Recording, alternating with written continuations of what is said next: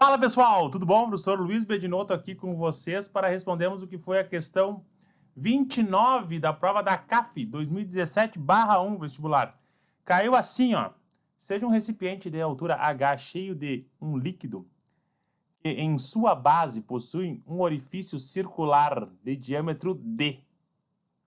O tempo para esvaziar completamente o líquido por esse orifício é dado por T igual a K vezes H sobre raiz quadrada de D, sobre raiz quadrada do diâmetro, onde K é uma constante. Um segundo recipiente, nas mesmas condições do anterior, tem 16 orifícios circulares. 16 orifícios circulares. Mas com a condição de que a soma das áreas dos mesmos, seja igual à área do único orifício do primeiro recipiente. O que ele está querendo dizer para nós?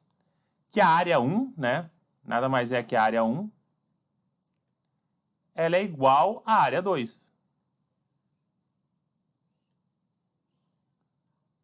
Beleza? A soma de todas elas, vai deixar que a área 1 é igual à área 2. O tempo necessário para esvaziar completamente o segundo recipiente por um único de seus 16 orifícios é... Bem, vamos analisar a situação. Como é que a gente calcula? Como é que a gente vai calcular a área 1? A área 1 ela é dada por πr ao quadrado. Beleza? πr ao quadrado. Por quê? Uma circunferência a gente calcula dessa maneira. O que é o raio? O raio é, nada mais, nada menos que a metade do diâmetro. Então eu posso escrever assim, ó. Área 1 é igual a π, o raio 1 dividido por 2. Desculpa, o diâmetro, dividido por 2. Diâmetro 1 dividido por 2, que é a mesma coisa que o nosso raio 1, beleza? E isso tudo, evidentemente, ao quadrado. Relação que a gente tem. Nossa área 1, eu posso dizer que a nossa área 1 é π d1 ao quadrado, ficamos com diâmetro 1 ao quadrado. 2 ao quadrado é 4. Nossa área 1 está aqui, ó. Descreve ela dessa maneira. Beleza, maravilha, tranquilaço. A área 2. Área 2, é π r ao quadrado, π r2 ao quadrado. Mesma relação que a gente tem. Só que repare o seguinte, a área 2 tem algumas peculiaridades. Tem 16 orifícios, então tem 16 áreas 2, ó, vezes π. Raio 2, o que é? Nada mais é do que o diâmetro é metade do diâmetro. Tudo ao quadrado. Beleza? Então, nossa área 2 nada mais é que 16 π vezes d2 ao quadrado dividido por 4. Maravilha. Aqui eu posso cortar, ó. 16 com 4, posso simplificar. Ficamos que a área 2, 4 π d2 ao quadrado. Tá aqui ela, ó. Nossa área 2. Beleza. Só que a gente sabe, que a área 1 é igual à área 2. Área 1 igual à área 2. Vou até escrever ela aqui mais pertinho. Área 1 igual à área 2. Show de bola. Vamos lá, então. Vamos botar isso aqui, ó.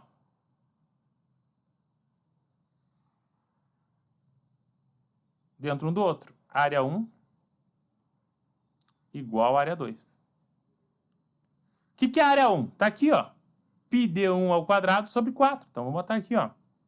π d1 ao quadrado sobre 4.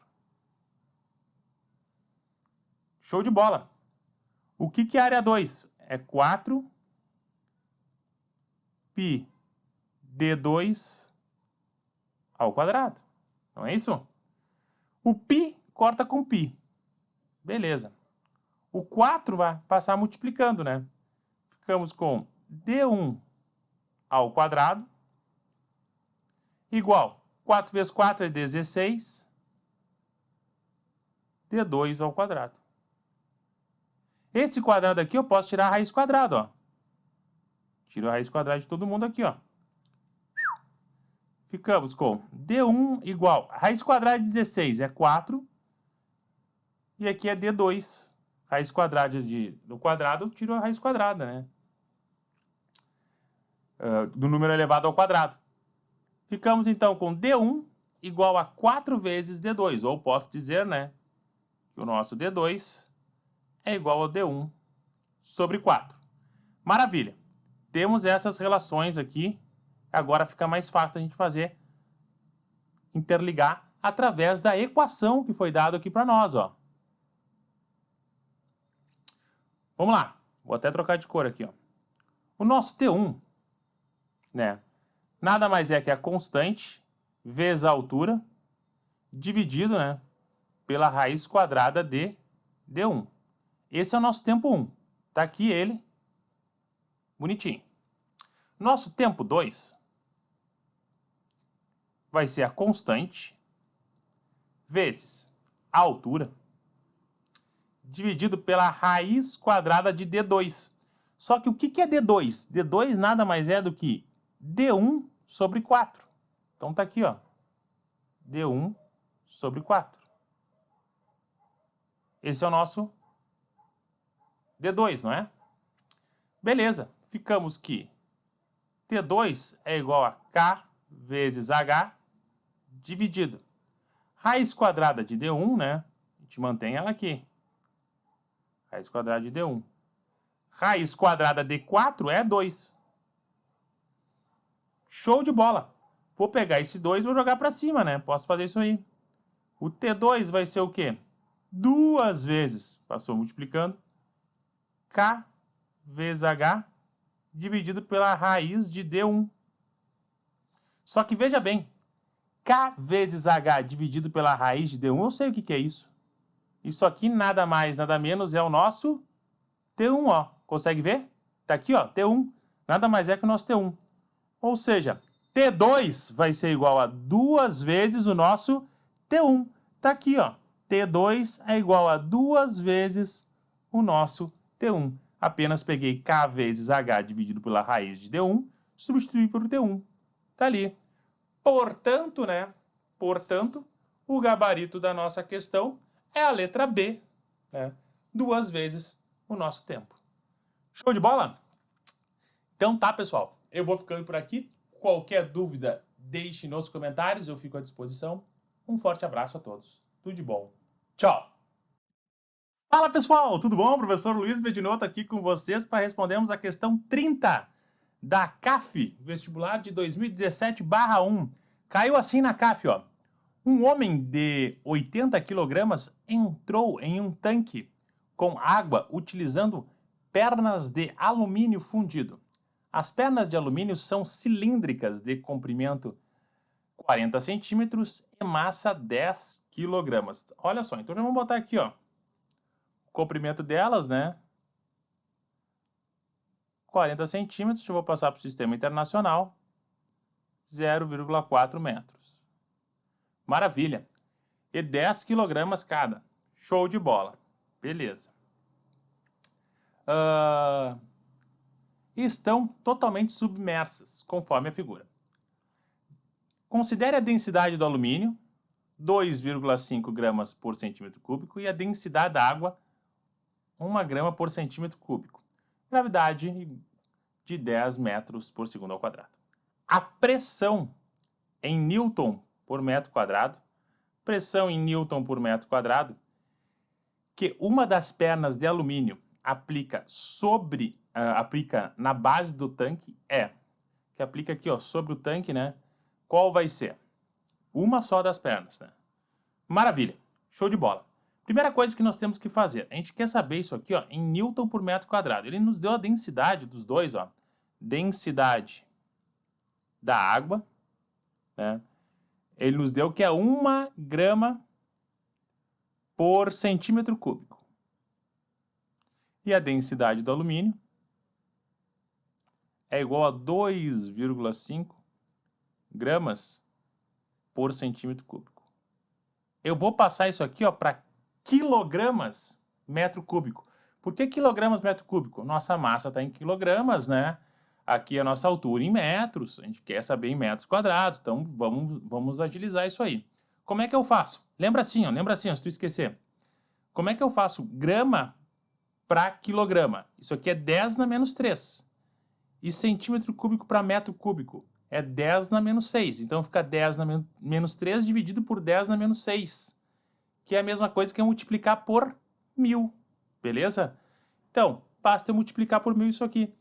Densidade da água vai ser o quê? 10 na 3, que é a mesma coisa que 1000, né? Quilogramas por metro cúbico. Multiplico por 1000. Aqui vai ficar 2,5 vezes 10 na 3 quilogramas metro cúbico. Show de bola? Primeira coisa feita, maravilha. Show. Segunda relação importante que nós temos aqui. O que nós temos? Temos que aqui num pezinho deles, nós vamos ter a força peso atuando. E a força contrária, né? A dele. Que nós sabemos que é a força de empuxo. Show! Beleza. Se nós formos calcular uma força resultante, né? Peso menos o nosso empuxo. O peso é tranquilo da gente calcular, né? Acho que isso a gente consegue fazer bem de boa, o peso. Agora, temos que achar o nosso empuxo. Como é que eu vou calcular o empuxo que nós temos, né? Qual vai ser esse valor do nosso empuxo? Vamos ver. Valor do nosso empuxo. Temos empuxo é igual a densidade da água, vezes a gravidade, vezes a variação de volume. Não, maravilha. Densidade da água vai ser o quê? Tá aqui, ó, 10 na 3. Gravidade é 10, maravilha. Variação do volume, como é que eu vou calcular essa variação do volume, né, que a gente teve? Vamos lembrar o seguinte, densidade do alumínio, né, é igual a massa vezes volume. A densidade dele eu sei quanto é que é, né? Tá ali, ó, 2,5 vezes 10 na 3. A massa dele eu também sei. Nos deu, ó, 10 quilogramas é a massa dele. Então temos 10 quilogramas. O volume, né? Eu quero saber. Então ficamos que volume é igual a 10 dividido por 2,5 vezes 10 na 3. Isso aqui vai ser igual a 4, né? 10 dividido por 2,5 é 4, vezes 10 na menos 3 metro cúbico. Show! Vamos botar aqui, ó. 4 vezes 10 na menos 3. Olha só que maravilha. 10 na 3, eu corto com 10 na menos 3. 4 vezes 10, eu vou ter que meu empuxo vai ser igual a 40 newtons. Está aqui o valor do meu empuxo. Beleza, achamos o valor do nosso empuxo, né? Agora, quanto é que vai ser o valor da força-peso? O valor da força-peso, né, vai ser a massa vezes a gravidade. O peso. Qual massa que a gente tem? Bem, a massa da pessoa ele nos deu 80 quilogramas, ó. 80 quilogramas. E a massa de cada um deles aqui, ó, de cada cilindro aqui que a gente tem de alumínio, é 10. Então, o total que a gente vai ter, 10 mais 80 é 100. Só que ele só quer de um pé. Ou seja, é a metade. É 50. Massa de 50. Vezes a gravidade, que é 10. O nosso peso vai ser igual a 500 newton. Ah, show de bola, professor. Agora a gente pode calcular a nossa força resultante. Sim, nossa força resultante, né, vai ser igual ao peso menos o empuxo. força resultante, que a gente vai ter ali atuando nele, né? Vai ser 500 menos 40. 500 menos 40, né? Nossa força vai ser de 460 newtons. Show! A força que está sendo feita aqui, ó, neste ponto, vou até trocar de cor aqui para nós, que está sendo feita neste pontinho aqui, ó, é uma força de 460 newtons, que está sendo feita aqui, ó, por uma dessas pernas, 460 newtons. Maravilha! Basta eu achar a área aqui da base do nosso cilindro que eu consigo resolver, porque daí eu pego força dividido por área, ó, é nada mais, nada menos que a nossa pressão, né? Ah, o senhor não lembrava dessa fórmula. Olha as unidades, ó. Newton é força, área é metro quadrado. Então, pressão, força por metro quadrado. Show! Como é que eu acho essa área? Bem, eu tenho volume, né? Volume nada mais é do que a área da base vezes a altura. Vocês vê lá com o professor Veloso isso, né? O volume eu tenho, tá aqui, ó. 4 vezes 10 na menos 3. Área da base é o que eu quero saber. Se eu descobrir isso aí, acabou a nossa questão.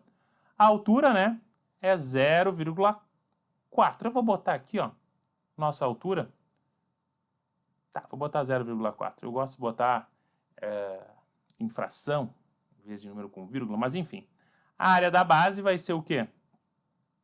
4 vezes 10 na menos 3, né, dividido por 0,4. Show de bola! Essa relação que a gente tem é a mesma coisa que 4 vezes 10 na menos 3, dividido por 4 sobre 10. Esse 10 eu posso jogar para cima, ó, que eu posso simplificar. Ó, 4 com 4 dá 1, né? Esse 10 eu jogo para cima ele. Fico com 10 na menos 3 vezes 10. Portanto, a nossa área vai ficar 10 na menos 3.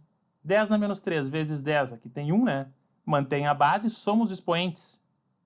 Menos 2 metro quadrado. Tá aqui. Portanto, a nossa pressão, né? Pressão, que nada mais é do que força por área. A força tá aqui, ó. 460. A área tá aqui, ó.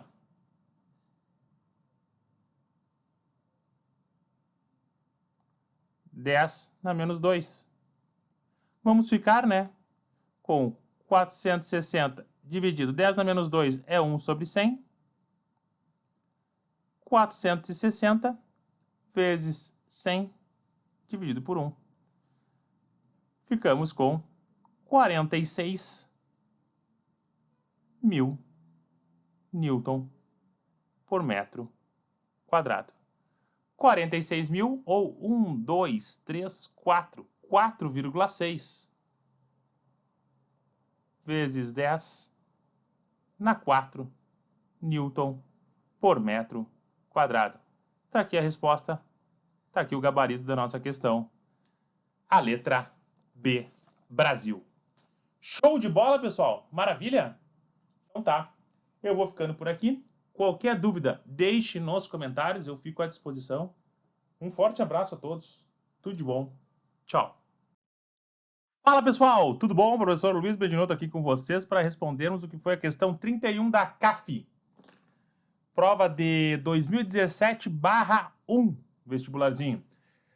Caiu assim, ó. Um rapaz colocou no congelador um saco plástico com 1 litro de água. Após certo tempo, retirou o saco com a água congelada e colocou sobre a mesa.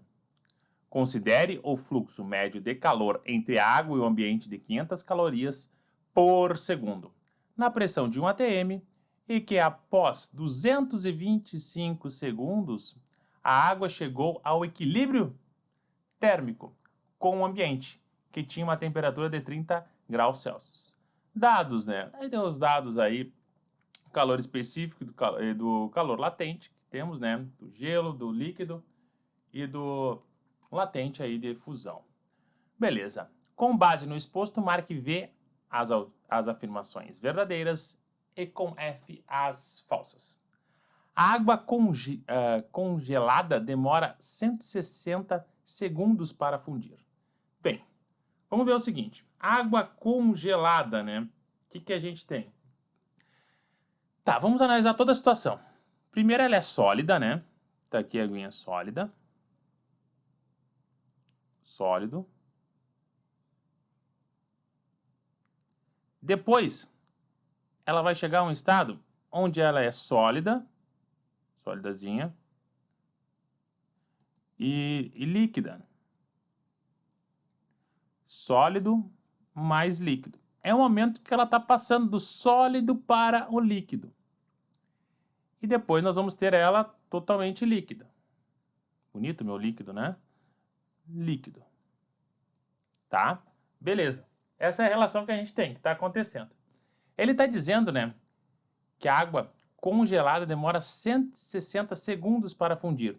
Ou seja, só vamos estar trabalhando nesta nossa primeira afirmação, nessa partezinha aqui. Beleza? Que é a parte de fundir a água. Show! Então tá, como é que a gente vai relacionar isso? Tá. Primeira coisa, esse momento aqui, ó, é um momento onde não há variação de temperatura, só há mudança de estado físico. Primeiro momento, mudou a temperatura, mas o estado físico continuou o mesmo, até chegar aqui. Depois aqui muda o estado físico, está alterando, mudando o estado físico para virar líquido. Então não há variação de temperatura, só mudança de estado físico. E nesse último momento, há uma variação de temperatura e não muda de estado físico, chegando até, né, o valor que ele disse, equilíbrio, ó, 30 graus Celsius, chegando até aqui os 30 graus Celsius. Beleza, essa é a ideia. Maravilha. Então, olhando só para essa parte aqui, essa relação que a gente tem aqui, nada mais é do que o nosso quantidade de calor, nada mais é do que a massa vezes calor latente, nosso Lzinho, de fusão. Quantidade de calor, só neste ponto aqui, ó, vai ser igual a massa, que a massa é quanto? É 1 litro, né, professor? Só que lembra, 1 litro de água é a mesma coisa que 1 quilograma de água, que é a mesma coisa que 1000 gramas. Por que está passando para gramas? Porque olha aqui, ó, aqui está em gramas, todos estão em gramas. Porque eu vou usar a massa sempre em gramas, tá bom? Então tá, vai ser 1000 gramas vezes o nosso L, que é 80. 80 vezes 1000 tá aqui, ó. 8, bota 1, 2, 3, 4, 0. 80.000 é a quantidade de calor que a gente tem. É a nossa caloria. Só que olha mais um detalhe. Tem um fluxo médio, ele está dizendo para nós, ó, de 500 calorias por segundo. Então, há um fluxo de 500 calorias a cada 1 segundo. Como nós tivemos 80.000, 80.000 calorias vai ser relacionado a X. Beleza. 80.000 vezes 1 dividido por 500, né? Nosso X, né, da questão, nosso tempo que vai demorar, vai ser o quê? 80.000 dividido por 500. Corta 0, corta 0, corta 0, corta 0. Ficamos com 800 dividido por 5. Este valor vai dar 160 segundos. Então, maravilha. O primeiro, né, realmente demora 160 segundos.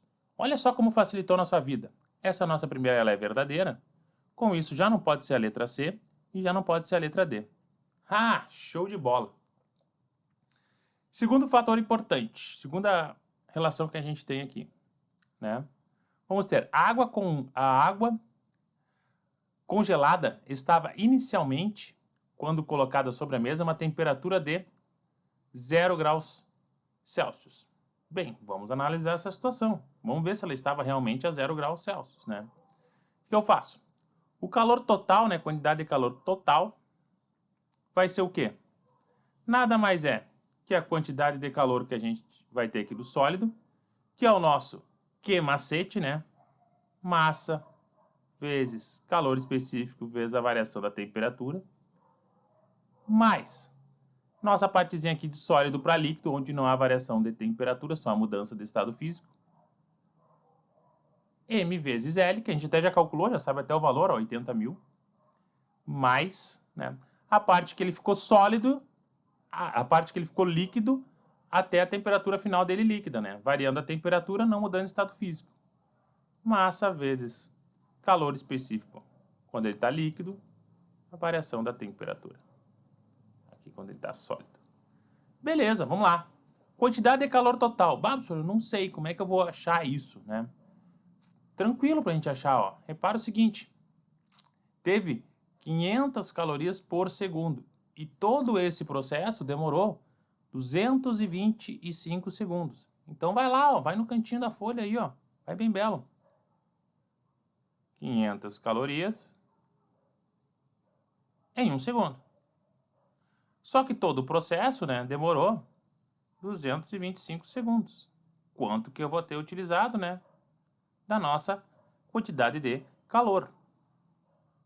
X vai ser igual a 500 vezes 225. X vai ser igual, né, a 112.500 calorias. 112.500, ou seja, a quantidade de calor total para sair aqui, ó, do sólido, depois sólido mais líquido, até o líquido a 30 graus Celsius, foi 112.500 calorias. Isso tudo aqui é igual a massa. Massa que a gente teve aqui, a gente já sabe, né? 1 litro de água, que é a mesma coisa que 1 quilograma, que é a mesma coisa que 1.000 gramas. Utilizar em gramas justamente que eu já havia salientado. Tudo está em gramas. Então aqui é 1.000. Calor específico, né? Sólido. Gelo aqui é 0,5. Variação de temperatura, né? É a temperatura final, ou seja, quando ele chegou aqui, ó, a 0 graus Celsius, menos a inicial, que é o que eu quero saber da questão. Mas, tudo isso aqui eu já calculei, eu não vou calcular de novo, tá? M vezes L tá aqui, ó. 80.000. Vou botar aqui, ó. 80.000 direto. Diretaço. Já fizemos ali. 1.000 vezes 80, tá? Mais massa aqui é 1.000. Calor específico do líquido tá aqui, ó. 1. Ah, que beleza. Variação de temperatura é a final, que é 30, menos a inicial, que ele começou aqui em 0 graus, né? Show de bola. Vamos lá. 112.500 é igual a 1.000 vezes 0,5 é metade, é 500, né? 500 vezes menos TI, temperatura inicial. Ficamos com menos, né? 500 TI. Mais 80.000 mais 1.000 vezes 1 é 1.000. Vezes 30, né? 30 menos 0 é 30. Ficamos com 30.000. Show de bola, ó. 80.000 e o 30.000 eu vou jogar para o outro lado. Ficamos com 112.500. Quanto é que é 80.000 mais 30.000? 110.000. Positivo foi para o outro lado, negativo, menos 110.000. Isso tudo aqui é igual a menos 500 TI. Realizando essa nossa subtração, vamos perceber que vai sobrar 2.500. Isso tudo aqui é igual a menos 500 TI. Olha só, vou passar dividindo, já posso cortar, ó. 0 corta com 0, 0 corta com 0. Nosso TI vai ser 25 dividido por menos 5. 25 dividido por menos 5 é menos 5 graus Celsius. Portanto, a temperatura inicial era de menos 5 graus Celsius. Ele está dizendo aqui que é 0. Não nos mente. Está mentindo. Isso aqui é falso? Maravilha. Bem, não ajudou a gente a responder porque já era falso aqui as duas, né? Próxima. O calor total recebido pela água em 225 segundos foi, né, de 112,5 vezes 10 na 3 calorias. Tá aqui, ó. Foi 112.500 calorias. Se eu botar a vírgulazinha aqui, né, andei 3 casas, posso dizer que é 112,5 vezes 10 na 3 calorias. Isso aí mesmo. Verdade. O calor recebido pela água líquida para aquecer 30 graus Celsius é 30.000 calorias. Bem, pela água líquida, né? Tá aqui, ó. Esse é o caso aqui que ele tá pela água líquida, ó. Foi de 0 até 30 graus. Esse foi o cálculo que a gente fez, ó. Tá aqui em verdinho para nós. Essa vai ser a quantidade de calor dele, ó. 1.000 vezes 1 vezes temperatura final menos temperatura inicial, que é 30 menos 0. Tá aqui o valor dele, ó. 30.000. Tá dizendo para nós que é 30.000. Então tá. Então é verdade. Ah, maravilha, pessoal. Viu só? Fazendo essa parte assim, ó, como um todo, com calma, parte por parte, tu vai ver que depois as afirmações que eles vão perguntar para nós, já vai estar tudo respondido ali, ó. Já estava tudo esclarecido para nós, algumas, né? Depois que a gente fez a primeira e a segunda afirmação. Ficou mais fácil. Portanto, ficamos com verdadeiro, falso, verdadeiro, verdadeiro. Resposta da nossa questão é a letra A, Argentina. Tá bom, pessoal? Eu vou ficando por aqui. Qualquer dúvida, deixe nos comentários. Eu fico à disposição. Um forte abraço a todos. Tudo de bom. Tchau! Fala, pessoal! Tudo bom? Professor Luiz Bedinotto aqui com vocês para respondermos o que foi a questão 32 da prova da ACAF 2017/1. Caiu assim na CAF, ó. Um objeto foi colocado em duas posições à frente de um espelho côncavo. Opa! Informação importante, é um espelho côncavo, já está dizendo para nós. Já temos que lembrar dos casos dos espelhos côncavos. Maravilha. De 10 centímetros de foco. A imagem do objeto conjugada pelo espelho, quando colocada na primeira posição, foi invertida na primeira posição, ó, com ampliação de 0,2. Ampliação de 0,2. 0,2. Quando colocada na segunda posição, foi direita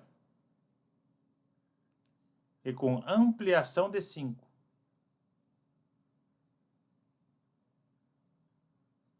Maravilha.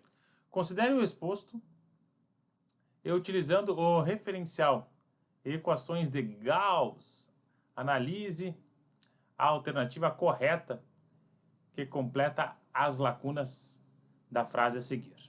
A imagem conjugada do objeto na primeira posição é real menor, virtual maior que o objeto.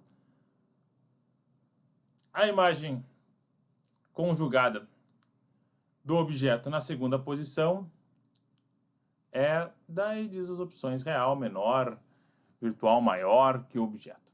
Tá, olha só. Vamos analisar o seguinte. Vou chamar o primeiro caso aqui de A1, ampliação 1. A ampliação ela pode ser de algumas maneiras, tá? Quando ela ficar entre 0, a ampliação, e 1, quer dizer que ela não está ampliando. Ela está diminuindo. Diminui.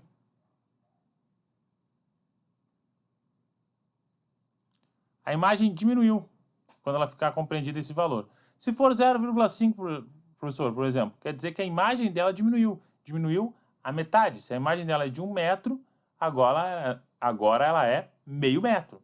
Se ela é 0,2, significa que ela diminuiu 1/5. Beleza? Essa é a ideia do que está acontecendo. Então, no primeiro caso, nós temos invertida e menor.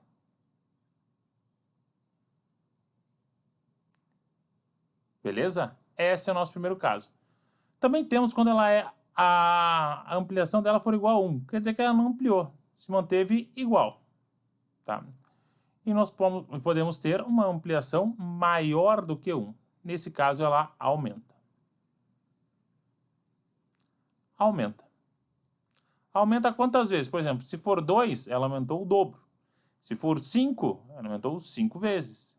Que é o caso que a gente tem aqui. Então aqui a gente tem direita e maior.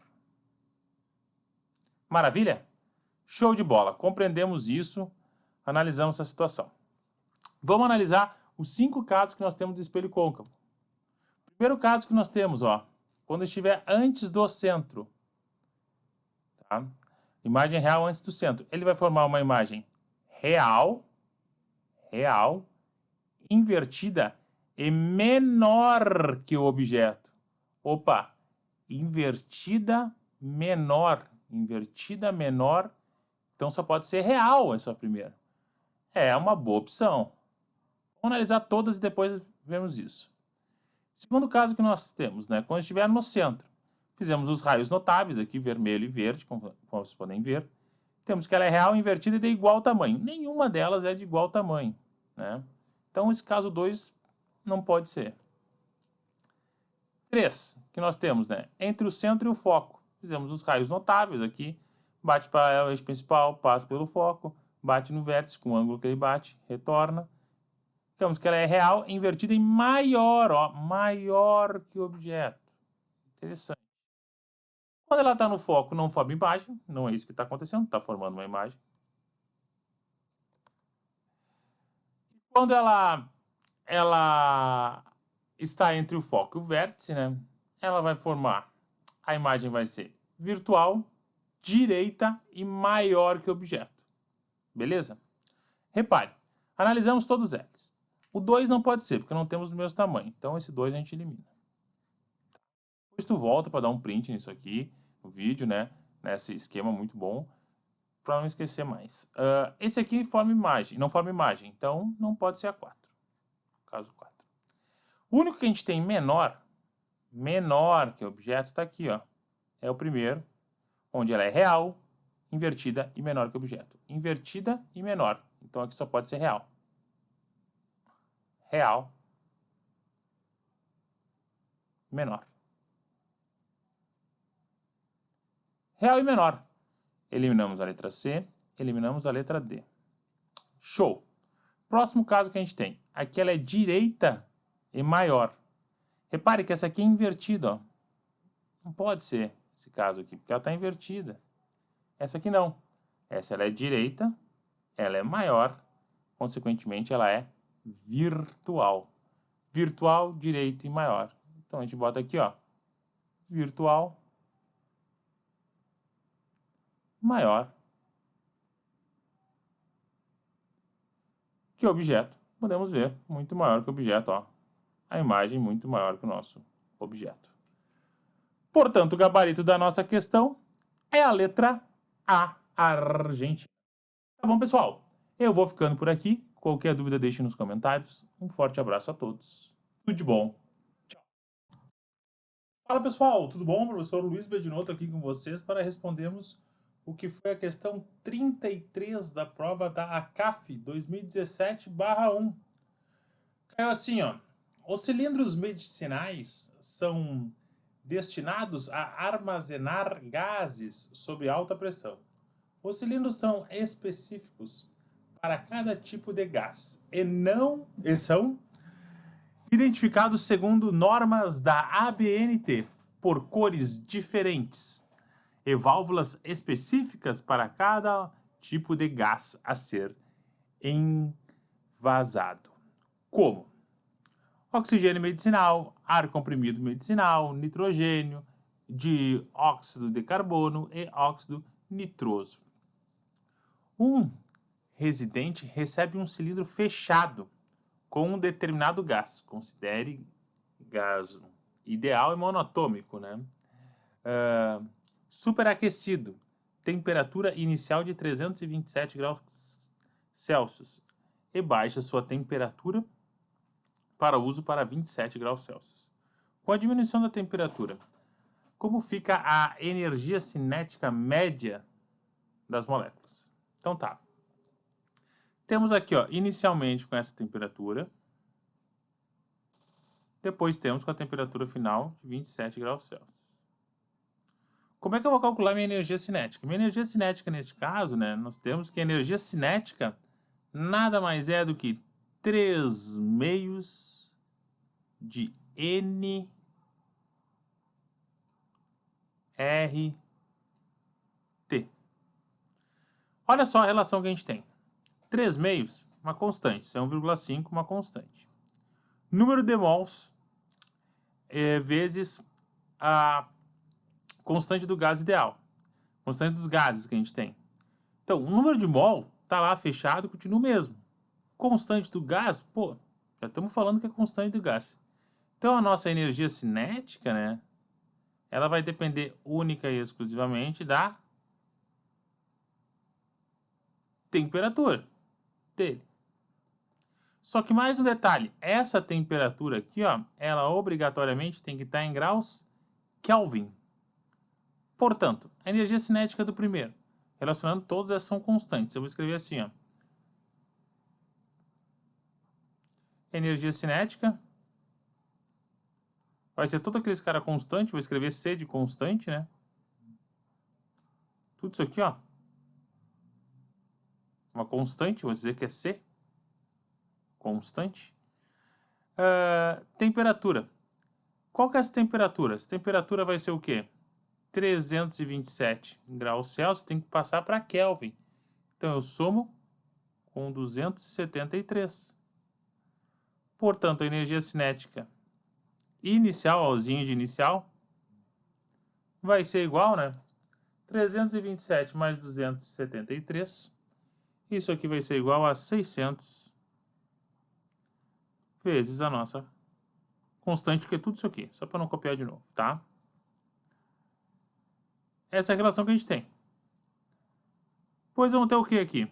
A energia cinética final vai ser o quê? 3 meios vezes N vezes R é o nosso C, uma constante. Vezes temperatura. Temperatura está aqui, ó, 27 graus. O que eu faço? Passo para Kelvin. Como é que eu faço? Temperatura em Celsius mais 273. Beleza. Ficamos com a energia cinética final. Vai ser o quê? 27 mais 273, isso é 300 C. Tá aqui, ó. Repare, o que aconteceu? Dividi por 2, né? Caiu pela metade. Não foi isso que aconteceu? Comparando o início com o fim. Exatamente. Portanto, reduziu a metade. Tá ali, ó. O gabarito da nossa questão é a letra C de curso vaga certa. Tá bom, pessoal? Eu vou ficando por aqui. Qualquer dúvida, deixe nos comentários. Fico à disposição. Um forte abraço a todos. Tudo de bom. Tchau! Fala, pessoal. Tudo bom? Professor Luiz Bedinotto aqui com vocês para respondermos o que foi a questão da prova da ACAF 2017/1, questão 34. Caiu assim na CAF. O aparelho auditivo humano distingue nas ondas sonoras 3 qualidades: a altura, intensidade e timbre. Com base no exposto, marque V as afirmações verdadeiras e F as falsas. Tá, primeira coisa, vamos entender o que é cada um deles. O que é altura? A altura permite distinguir o som grave do som agudo. Grave, né, tem baixa frequência, agudo tem alta frequência. Ou seja, a altura está relacionado com frequência. Maravilha. Intensidade. Intensidade. Eu vou até botar um Fzinho aqui de frequência, tá? A altura está relacionada com a frequência. Intensidade. O que é? Distingue sons fortes de sons fracos, tá? Som forte, alta amplitude. Som fraco, baixa amplitude. Então tem a ver com a amplitude. Botar um azinho de amplitude. Timbre. O que é timbre? O timbre ele vai distinguir sons de mesma altura em intensidade, só que emitidos de fontes diferentes, entende? Tem fontes diferentes. Por exemplo, o violino e a flauta são fontes diferentes, tá bom? Essa é a relação que a gente tem desses três. Entendendo isso, vamos ler as alternativas. O timbre muda quando adiciona-se a uma onda sonora um de seus harmônicos. Bem, vamos lembrar o seguinte, né? Adicionar um de seus harmônicos, né, vai fazer com que mude a frequência. Frequência, né, dado em relação aos harmônicos, é n, que é o número de harmônicos, vezes a velocidade, dividido por 2 vezes o comprimento, o L, né, que a gente tem. Então temos o seguinte, se eu aumentei o nosso n aqui, né, estou alterando a nossa frequência. Se eu estou alterando a nossa frequência, eu estou mudando o nosso timbre. Lembra que o timbre, né, distingue sons de mesma altura e intensidade. Beleza?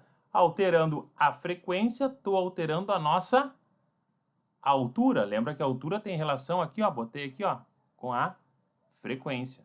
Então a primeira ela é verdadeira. Beleza, já não pode ser a letra A, já não pode ser a letra C. Próxima. A intensidade da onda sonora diminui ao se reduzir o comprimento de onda. Lembra lá, intensidade, né, tem a ver com amplitude, não tem relação, né, com comprimento de onda. Então essa afirmação ela é falsa. Amplitude, deixei vazio aqui de amplitude, ó. Próxima. A altura da onda sonora aumenta quando a frequência aumenta. A altura da onda sonora. A altura tem a ver com a frequência. Aumento a frequência, aumento a nossa altura. Então essa aqui ela é verdadeira. Quanto maior a frequência, o som ele é mais agudo. Lembra disso, também é importante. Menor frequência, som mais grave. Então essa é verdadeira. Próxima. Percebe-se a onda sonora 2 vezes mais intensa quando se dobra a potência acústica.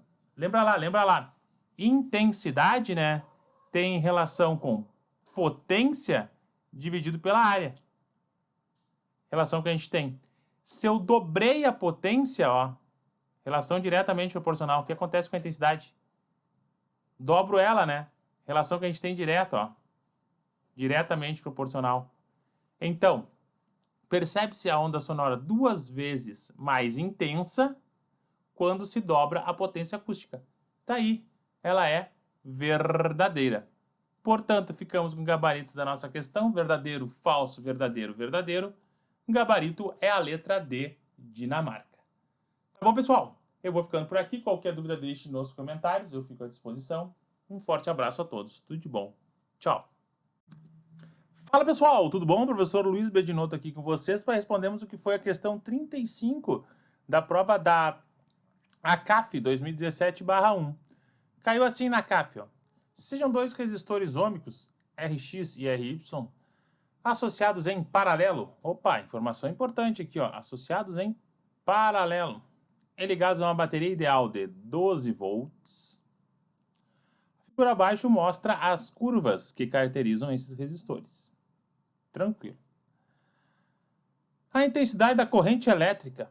Quer saber a corrente elétrica em amperes fornecida pelo gerador ao circuito é?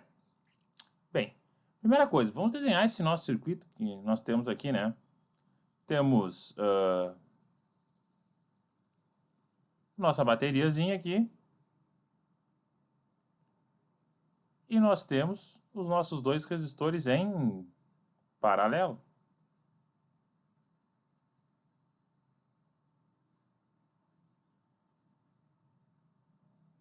Tá aqui eles, ó, que bonitinho. Em paralelo. O nosso RX e o nosso RY. Maravilha. Vou chamar esse cara aqui, o primeiro, ó, de RX e o segundo de RY. Beleza. RX, vou pegar um ponto que a gente tem em comum, que a gente saiba aqui, ó. Aqui tá dando para nós a DDP e a corrente elétrica. Então aqui, ó, o 12, por exemplo. O 12 está batendo exatamente onde que a gente vai ter nossa corrente elétrica e a nossa DDP. Professor, como é que eu calculo, então, a resistência nesse caso? Bem, primeira lei de Ohm, lembra lá, né? Resistência é U sobre I. Então, a resistência em X vai ser o quê? U vale quanto? 12. E o I vale quanto? 0,7. 0,7 é a mesma coisa que 7 sobre 10. Portanto, eu vou ficar ó, com 12 vezes 10 dividido por 7. Isso 10 multiplicando. Vou ficar com 120 dividido por 7. Maravilha! Conserva ele aqui. Bonitinho. Achamos o primeiro. Tá? RY. Como é que eu vou calcular ele? Vamos achar um valor em comum dele, né? Que a gente tenha. Vamos ver aqui, ó. Ó, o 4. Quando for 4 volts. Tá batendo aqui, ó, perfeitamente. Nosso pontinho, ó. Temos 4 volts e temos 0,3 da nossa corrente. Então, vamos lá. Usando a nossa primeira lei de Ohm, 4 dividido 0,3 é a mesma coisa que 3 sobre 10. Mesma coisa que o anterior. Passo 10 para cima multiplicando. 4 vezes 10 dividido por 3. Ficamos com 40 sobre 3. Tá aqui guardadinho eles. Maravilha. Aqui temos o nosso TDP total, que a gente sabe o valor, né, que é 12 volts. Tem uma corrente elétrica, né, tem aqui o I total, que é o que a gente quer saber. E ela vai estar passando, tem essa resistência aqui. Bem, em paralelo, como é que eu faço quando estão em paralelo, né? Fazer eles se tornarem um só, fazer a nossa resistência equivalente. Resistência equivalente em paralelo é 1 sobre o REC, né? 1 sobre resistência equivalente é igual a 1 sobre, no nosso caso, Rx, mais 1 sobre Ry. Ah, professor, tem outras formas de fazer, tem aquela que tu faz quando que são 2 em 2, né? Multiplica e depois soma e tal. Sim, tem outras formas de fazer. Se os dois forem iguais, tu pode colocar resistência e dividir pelo número de resistores. Tem outras formas de fazer. Não é o caso que eles são iguais, né? Mas eu vou fazer dessa tradicional, tá? Eu costumo dizer, utiliza sempre a mesma. Sempre essa forma, porque já tem tantas coisas para saber e essa aqui tu é obrigado a saber, né? Então, utiliza sempre ela. 1 sobre resistência equivalente vai ser 1 sobre Rx. Quanto é que vale? Tá ali, ó. 120 sobre 7. Mais 1 sobre Ry. Quanto é que vale? 40 sobre 3. Vou arrumar eles. 1 sobre resistência equivalente é igual a... Esse 7 vai passar multiplicando, né? Lá para cima fica 7 sobre 120. Mais o 3 vai passar multiplicando. 3 sobre 40. Vem aqui em cima comigo, ó. Me acompanha. MMC, entre 120 e 40. Quanto é que fica? 1 sobre REC. MMC de 120 e 40, né? Dá 120. Faz ali no cantinho. Ah, não lembro, senhor. Tá, vai lá, vai. 120 e 40. Vamos fazer aqui no cantinho, caso não lembre. Dá 2. 60, 20, 2. Dá 30, 10, 2. Dá 15, 5, 5. Dá 1. 3, 3. Dá 1 e 1. 15. Né? 3 vezes 5, 15, com 2, 30, com 2, 60, com 2, 120. 120, maravilha. Temos aqui. Divide pelo de baixo, 120 dividido por 120 dá 1, multiplica pelo de cima, 7. Mais 120 dividido por 40 dá 3. 3 vezes 3, 9. Então, isso aqui fica 9 mais 7 dá 16 sobre 120. Só que tu não quer saber 1 sobre REC. Tu quer saber REC, né? Resistência equivalente. Inverte do lado, inverte do outro também. Dá 120 sobre 16.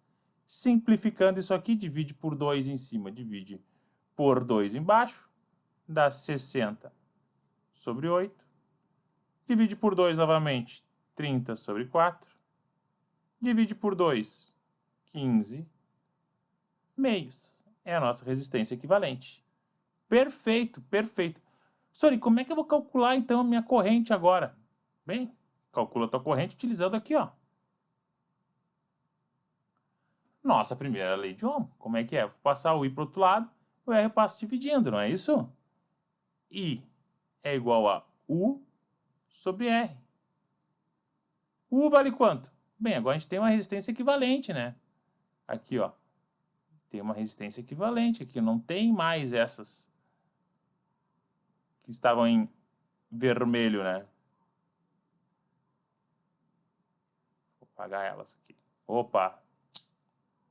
Me ajuda aí. Aê! Não tem mais elas, né? Agora só tem a minha resistência equivalente. Beleza. Utilizando a primeira lei de Ohm, que a gente tem, né? Deixa eu ajeitar esse nosso rackzinho. Utilizando a nossa primeira lei de Ohm, que nós temos, né? I é igual a U sobre R. O U vale quanto? Tá ali, ó.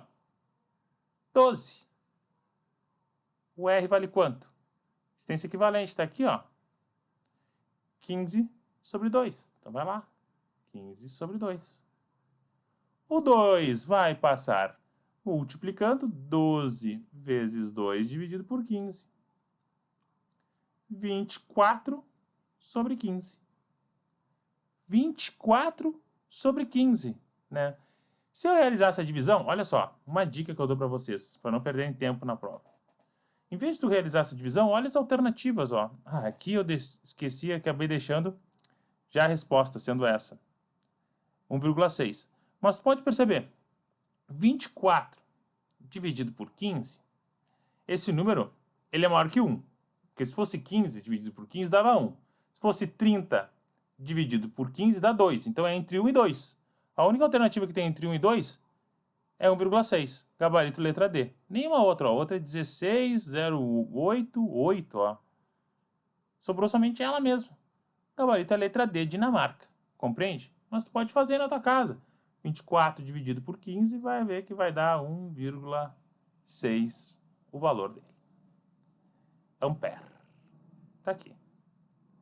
Tá bom, pessoal? Beleza? Eu vou ficando por aqui. Qualquer dúvida deixe nos comentários. Eu fico à disposição. Um forte abraço a todos. Tudo de bom. Tchau!